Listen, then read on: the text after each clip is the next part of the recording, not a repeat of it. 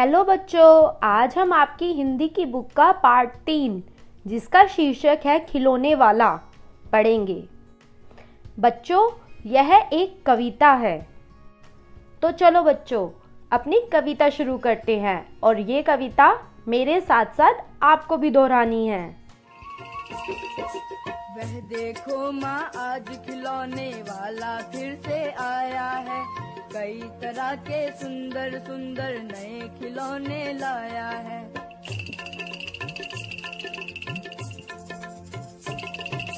हरा हरा तोता पिंजड़े में, गेंद एक पैसे वाली।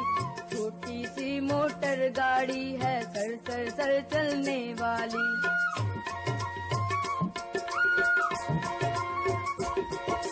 सीटी भी है कई तरह की, कई तरह के सुंदर खेल।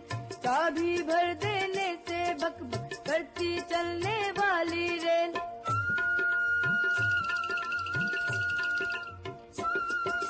गुड़िया भी है बहुत भली सी, पहने कानों में बाली। छोटा सा टी सेट है, छोटे छोटे हैं लोटा थाली।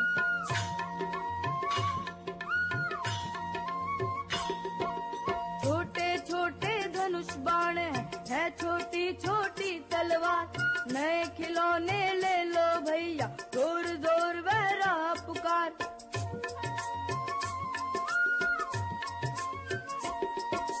मुन्नू ने गुड़िया ले ली है, मोहन ने मोटर गाड़ी। मचल मचल सरला कहती है, माँ से लेने को साड़ी।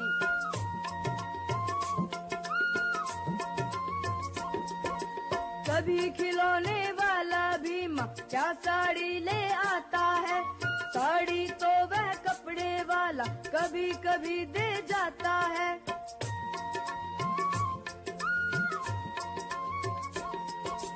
अम्मा तुमने तोला करके मुझे दे दिए पैसे 4।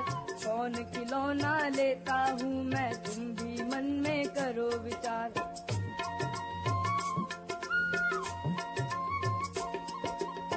सोचोगी मैं ले लूंगा तोता बिल्ली मोटर रेल।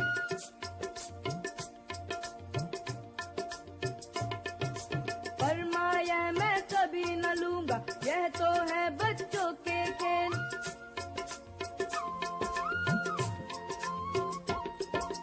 मैं तलवार खरीदूंगा, माया मैं लूंगा तीर कमान। जंगल में जा किसी ताड़का को मारूंगा राम समान।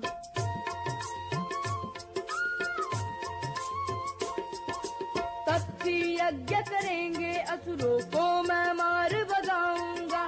यूं ही कुछ दिन करते करते रामचंद्र बन जाऊंगा। यहीं रहूंगा कौशल्या, मैं तुमको यहीं बनाऊंगा। तुम कह दोगी बन जाने को, हंसते हंसते जाऊंगा।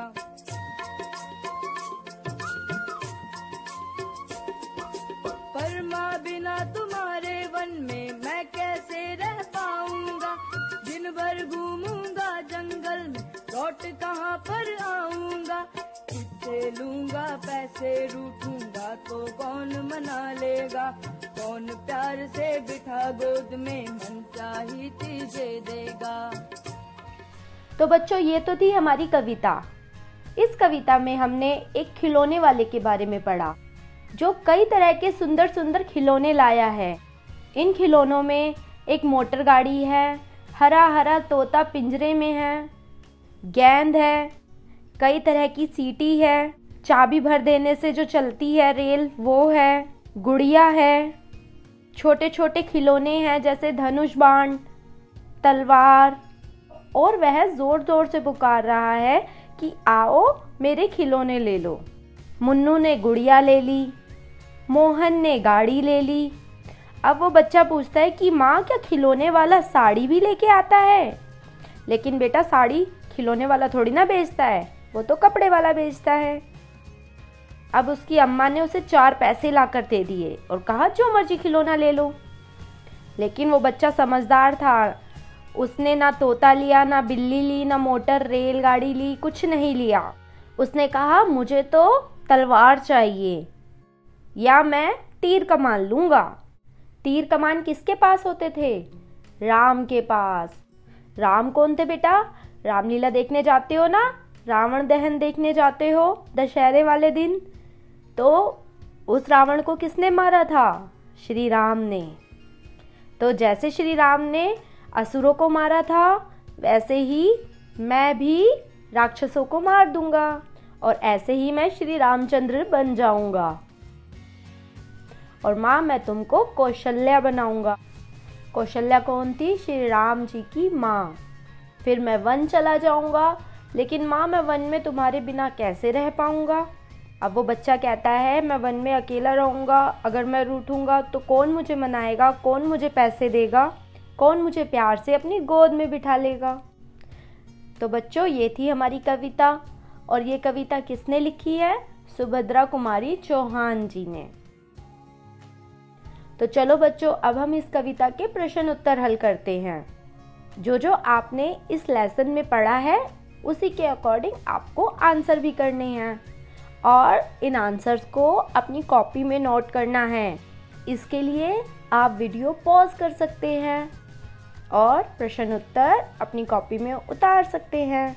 हमारा पहला प्रश्न है पेज नंबर 22 का। तुम्हें किसी न किसी बात पर रूठने के मौके तो मिलते ही होंगे। बेटा, आप कभी ना कभी तो रूठते ही होंगे, तो आपको का भाग में बताना है अक्सर तुम किन बातों पर रूठते हो।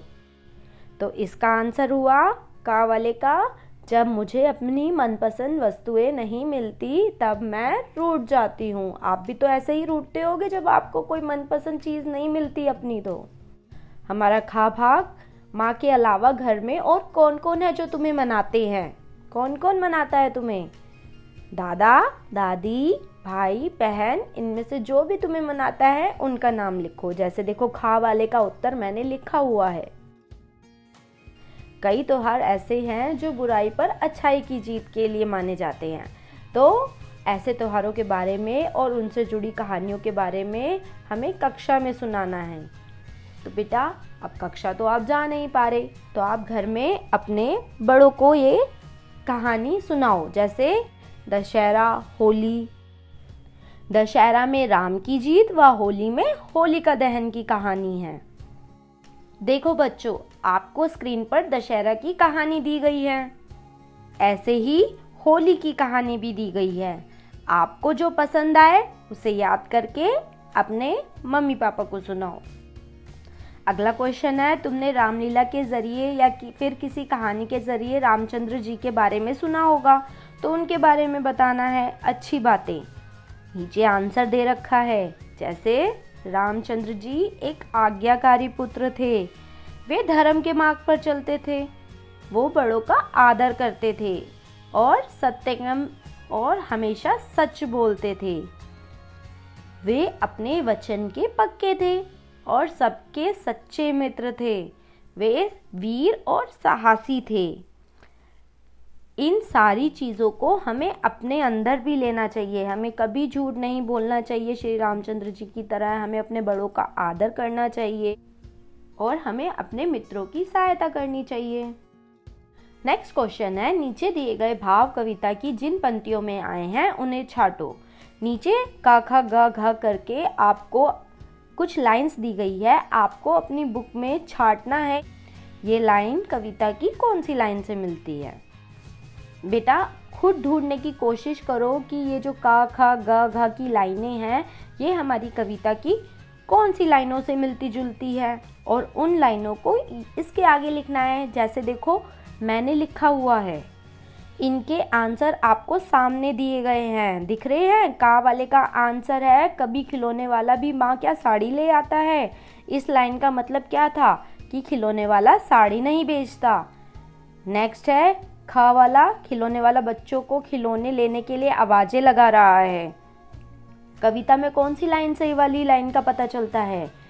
खा वाला देखो आंसर, नए खिलौने ले आओ भैया, जोर जोर वह रहा पुकार। इस लाइन का क्या मतलब हुआ कि खिलौने वाला खिलौने बेचने के लिए आवाज लगा रहा है। नेक्स्ट गा वाला है, मुझे कौन सा खिलौना लेना चाहिए, उसमें माँ की सलाह चाहिए। कविता की कौन सी पंक्ति हुई? कौन खिलौना लेता हूँ मैं तुम भी मन में करो विचार। उसने अपनी माँ को बोला, अपने मन में विचार करके मुझे सलाह दो। घ है, माँ के बिना कौन मचाएगा, माँ के बिना कौन मनाएगा और कौन गोद में बिठाएगा। यानी कविता में कौन सी लाइन बताती हैं, तो कौन मना लेगा, कौन प्यार से बिठा लेगा मुझे गोद में, है ना। नेक्स्ट क्वेश्चन है, खिलौने वाला शब्द संज्ञा में वाला जोड़ने से बना है।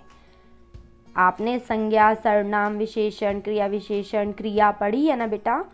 तो आपको कुछ शब्द दिए गए हैं जिनके नीचे लाइन लगी हुई है। आपको बताना है ये शब्द संज्ञा है, सर्वनाम है, क्रिया है या क्रिया विशेषण है या फिर विशेषण है। जैसे देखो, पान वाले की दुकान आज बंद है। पान वाले के नीचे अंडरलाइन लगी हुई है, तो आपको बताना है ये पान वाला क्या है। ये पान वाला आपके सामने ही उत्तर लिखा हुआ है, जातिवाचक संज्ञा है।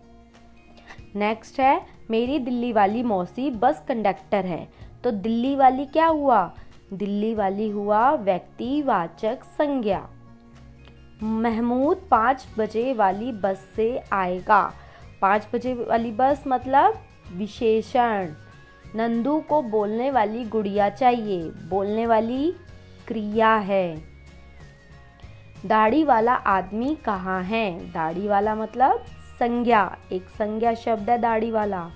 इस सामान को ऊपर वाले कमरे में रख दो। ऊपर वाला ये कौन सा शब्द हुआ, क्रिया विशेषण। मैं रात वाली गाड़ी से जम्मू जाऊंगा, रात वाली शब्द हुआ विशेषण। बेटा इस एक्सरसाइज को करने के लिए आपको संज्ञा पता होनी चाहिए, संज्ञा के भेद पता होने चाहिए, क्रिया विशेषण पता होने चाहिए, जो आपने 4th क्लास में भी पढ़े थे। अगर आप भूल गए हैं तो दोबारा से इन्हें रिवाइज करिए, तभी आपको ये वाली एक्सरसाइज समझ आएगी। आप बच्चों इसे वीडियो पॉज करके ऐसे का ऐसे अपनी कॉपी में उतार लीजिए। वीडियो पॉज कैसे होती है, जब आप स्क्रीन पर टच करेंगे बीच में तो वीडियो पॉज हो जाएगी। तो बच्चों ये थी हमारी कविता खिलौने वाला। अब आपको ये सारा काम अपनी कॉपी में उतारना है, सुंदर सुंदर सुलेख करनी है अपनी कॉपी में इस कविता की, और इसकी कवियत्री का नाम याद करना है, ये किसने लिखी है। ठीक है बच्चों, अपना ध्यान रखो।